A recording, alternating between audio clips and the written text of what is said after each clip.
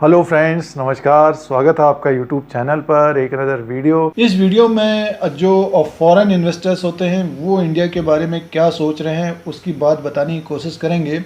जैसे कि आपने देखा कि थंबनेल में लॉकडाउन अर्थव्यवस्था विनाशकारी, तो क्रिस वुड जेफरी ब्रोकरेज के हेड हैं ये, और इन्होंने क्या कहा है उसको बताने की कोशिश करेंगे और समझने की कोशिश करनी चाहिए कि बड़े इन्वेस्टर्स इंडियन स्टॉक मार्केट के बारे में क्या जान रहे हैं। जैसे कि आप देख रहे हैं कि 7600 से लगभग 9300 के आसपास कारोबार कर रहा है मार्केट। और लॉकडाउन बंदी जो स्टे होम और सोशल डिस्टेंसिंग आने वाले दिनों तक चलेगा, ये स्लोगन तो एक तरह से अच्छा है। और बट ये कि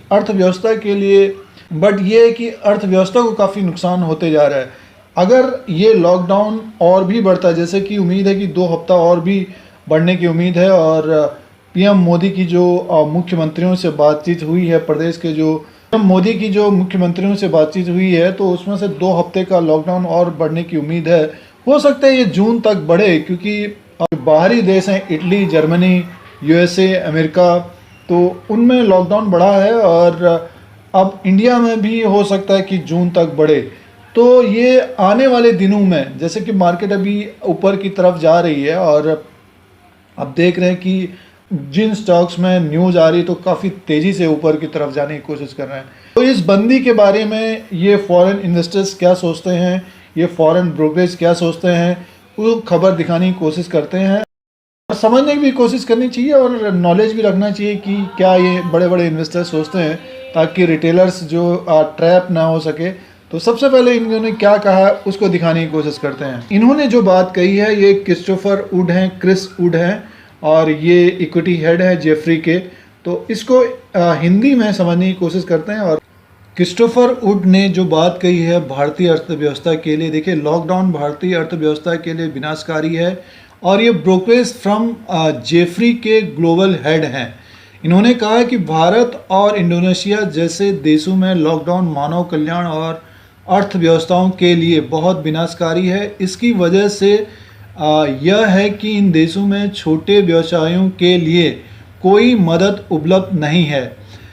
दोनों देशों में बेरोजगारी भत्ता भी नहीं मिलता है। अपनी नई साप्ताहिक रिपोर्ट लालच और डर में वुड ने कहा कि भारत और इंडोनेशिया जैसे देशों की स्थिति अमेरिका के विपरीत है। अमेरिका में small business administration protection program के तहत छोटे कारोबारियों को 349 अरब डॉलर की मदद उपलब्ध होगी। 349 अरब डॉलर। इन कंपनियों को यह लोन चुकाना नहीं होगा। इस पैसे से अमेरिका की छोटी कंपनियां अपनी कर्मचारियों को सैलरी देगी। अमेरिका में भी 8 हफ्ते का लॉकडाउन है। देखिए इसीलिए अमेरिकन मार्केट बढ़ रहे हैं और अभी इंडिया में आने वाले, जैसे अभी मार्केट ऊपर की तरफ जा रही है, बट ये है कि जैसे जैसे लॉकडाउन बढ़ेगा तो वही बात इन्होंने बताने की कोशिश की है और कुछ अपने पोर्टफोलियो के हिसाब से भी बात बताने की कोशिश की है।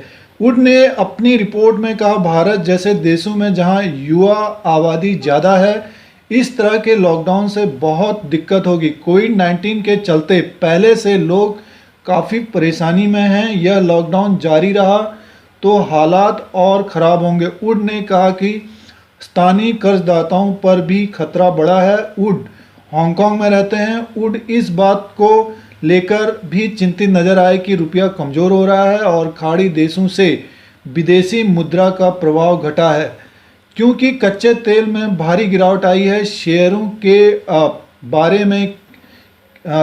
बारे में वुड ने कहा कि मौजूदा समय में भारतीय बैंकों के शेयरों में, देखिए इन्होंने ये कहा, भारतीय बैंकों के शेयरों में निवेश का कोई तुक नहीं बनता है। उन्होंने कहा कि जब से उन्होंने भारत में निवेश करना शुरू किया है तब से उन्होंने यहाँ निगेटिव कंज्यूमर साइकिल नहीं देखा है, लेकिन अब ऐसा संभव है। देखिए ये बात इनकी बहुत महत्वपूर्ण है। और जैसे कि आप लोगों को बहुत सारे वीडियोस में बताने की कोशिश है कि फाइनेंशियल स्टॉक्स में आने वाले लगभग 6 से 9 महीने, हो सकता है साल भर, भारी प्रेशर रह सकता है। उसका कारण ये कि आज भी आपने देखा कि आरबीआई ने लगभग 50,000 की लिक्विडिटी, जो डेप्ट फंड की दिक्कत है, प्रॉब्लम है, उसके लिए बैंकों को कहा है। तो आने वाले दिनों में ये और भी म्यूचुअल फंड्स हाउस के लिए प्रॉब्लम रहेगी। तो फिलहाल इसीलिए इन्होंने ये बात कही है। आगे इन्होंने कुछ पोर्टफोलियो की बात कही है। इन्होंने अपने पोर्टफोलियो से इन्होंने बताया कि अपने पोर्टफोलियो से HDFC बैंक, HDFC लाइफ और ICICI बैंक के शेयरों को हटा दिया है। वुड ने कोटक महिंद्रा बैंक में 3% अंकों का वेटेज दिया है, क्योंकि उनका मानना है कि बैंक के पास पिछले निगेटिव क्रेडिट साइकिल के माध्यम से बढ़ने का सबसे अच्छा इतिहास है। बैंक ने इस सप्ताह इक्विटी कैपिटल भी बढ़कर खुद खराब समय के लिए तैयार किया है। दोस्तों, इसमें ये करना चाहिए कि जो भी फाइनेंशियल स्टॉक्स में अभी प्रॉफिट मिल रहा है तो प्रॉफिट बुक करते रहना चाहिए, और कोई भी कारोबार कर रहे हैं तो उसमें स्टॉप लॉस के द्वारा ही कामकाज करने की कोशिश करनी चाहिए। जिस तरह से गवर्नमेंट को लॉकडाउन की वजह से GST में प्रॉब्लम आएगी, GST का कलेक्शन अच्छा नहीं होगा, और जो अभी तेल में, भले तेल से जो पेट्रोल और डीजल से कमाई होती है तो वो भी नहीं हो पाएगा। तो ये बहुत सारी समस्याओं का आने वाले दिनों में लगभग हो सकता है कि साल भर रहे, बट मार्केट एक तरह से ऊपर की तरफ जाने की कोशिश कर रहा है, क्योंकि रिलायंस में वो फेसबुक की जो डील आ गई है तो उसके बारे में भी इन्होंने कहा है। देखिए, वुड का रिलायंस इंडस्ट्री 5% निवेश है। फेसबुक ने रिलायंस में 9.9% हिस्सेदारी खरीदी है। वुड ने कहा है कि वह रिलायंस इंडस्ट्री के आने वाले दिनों में ई-कॉमर्स से कमाई बढ़ेगी, न कि तेल बिजनेस से। MSCI इंडेक्स में रिलायंस का वेटेज 12.7 और सेंसेक्स का 13.9% है, जिसका अर्थ है कि निष्क्रिय फंडों को इसे खरीदना जारी रखना होगा और सक्रिय फंड मैनेजरों पर दबाव बढ़ेगा। देखिए, इन्होंने रिलायंस के बारे में बात कही है। अब रिटेल इन्वेस्टर देखेंगे कि अब पता चला कि 1500 में चल रहा है स्टॉक और ट्रेड कर रहे हैं, और जब गिरावट होगी तो उसमें ट्रैप भी हो सकते हैं।